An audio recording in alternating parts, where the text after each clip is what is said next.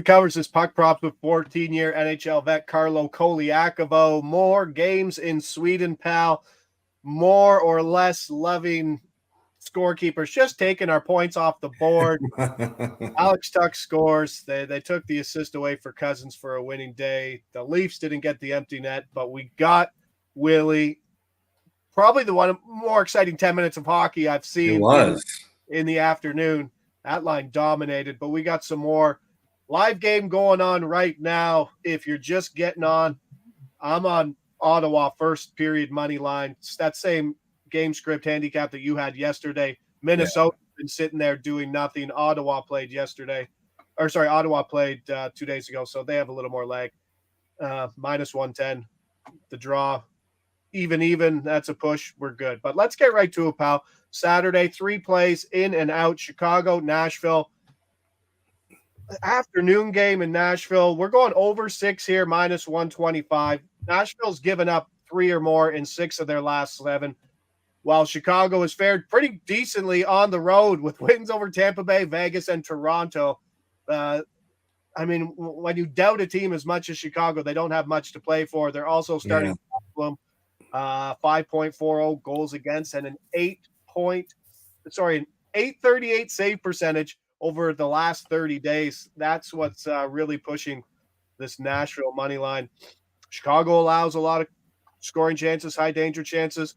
Nashville's not as good defensively as they've been in the past. When you have 2 teams, Carlo, that just stink at defense, no matter what the offense is, you can't mask bad defense.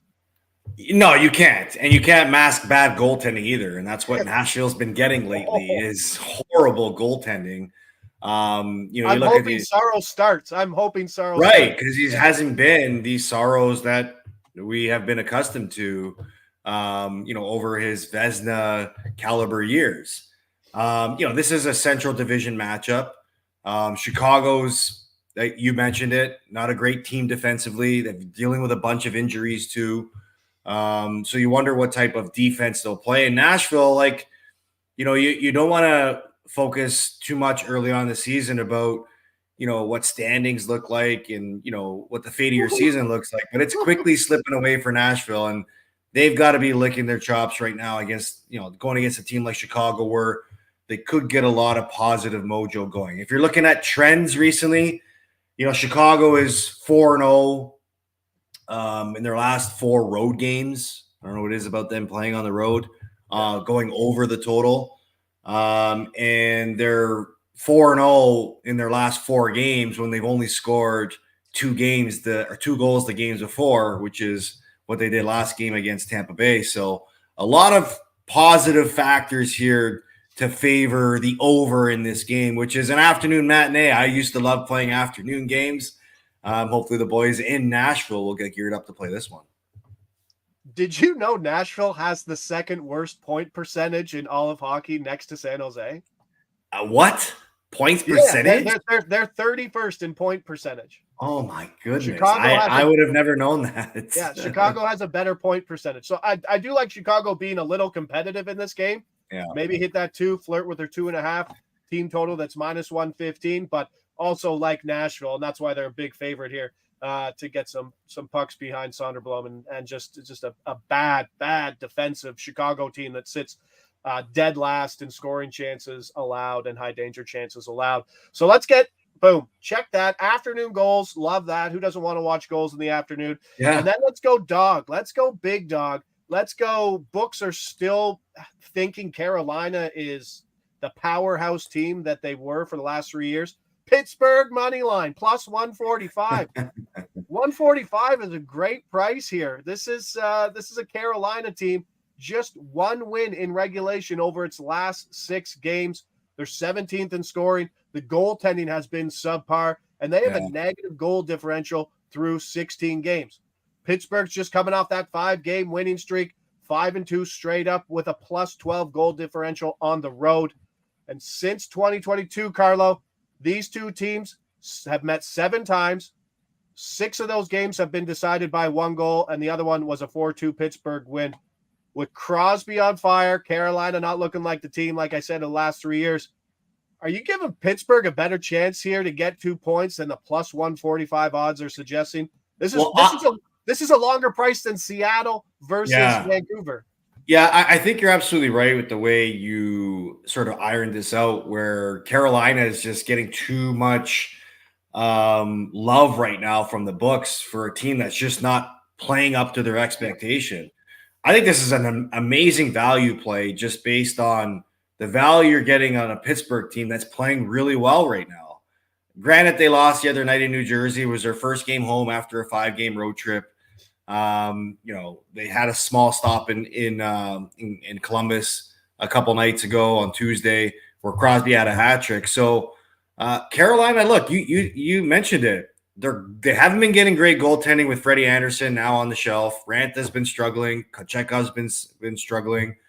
And they're still having a hard time scoring goals in the league. They lost to Philadelphia the other night at home. So I look at this play with Pittsburgh extremely. You only focus on this game is you're getting tremendous value on them. So why not give it a chance? Plus 145 for the Pens here. If you followed anything on the back end of Carolina, guys like Brent Burns are doing nothing. Like Dude, he's killing me in my fantasy league. No, he's nothing. He literally does. It's one of the bigger drop-offs you've seen statistically, offensively for a defenseman.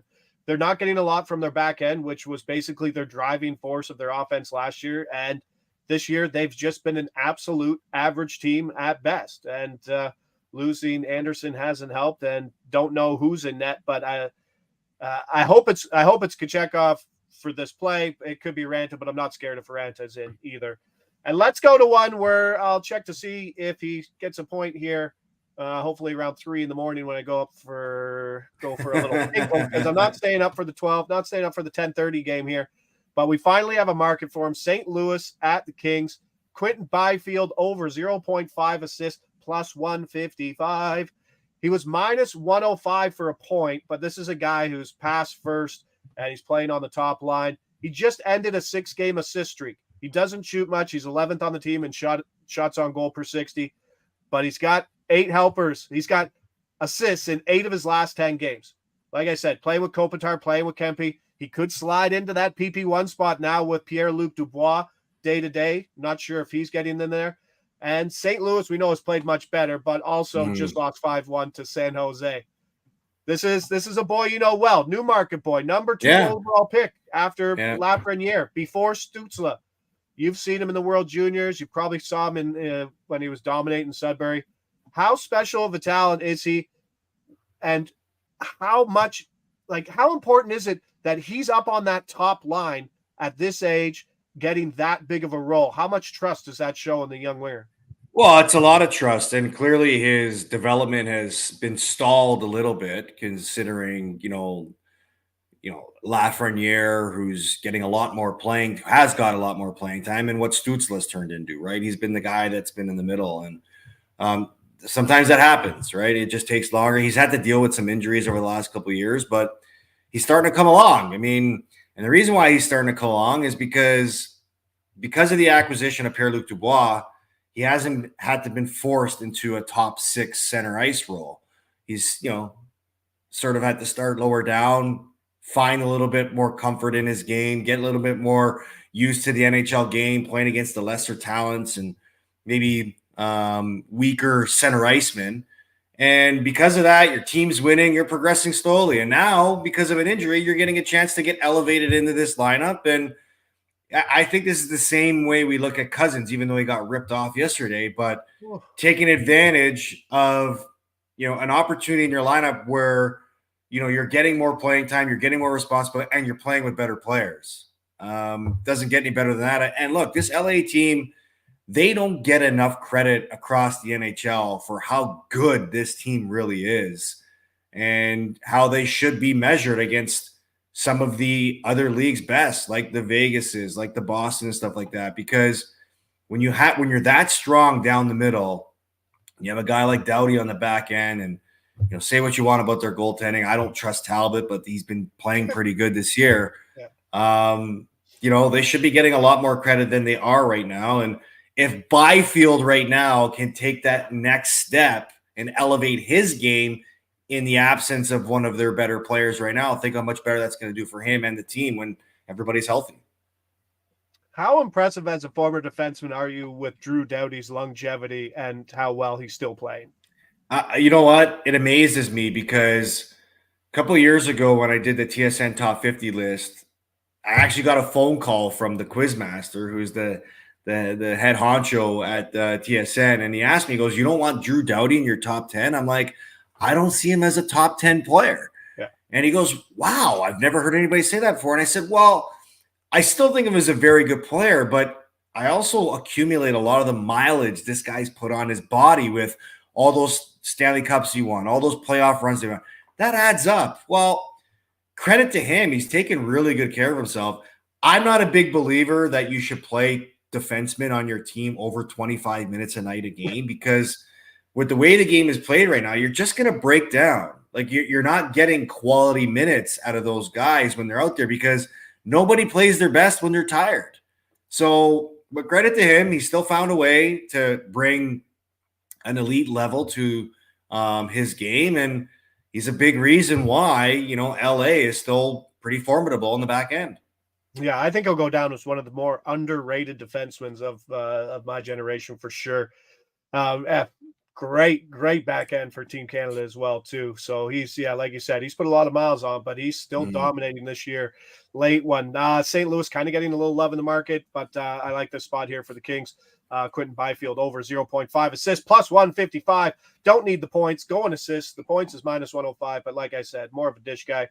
Then we're going Pittsburgh money line plus 145. That was another play. That's in the 7 o'clock slate. We'll get some of that, and then some 4 o'clock action for you afternoon hounds. A little over 6 minus 125. It could be ugly hockey, but ugly hockey sometimes leads to goals. So. Chicago getting at least 2 in this game, which should put Nashville around the 4 or 5 goal mark.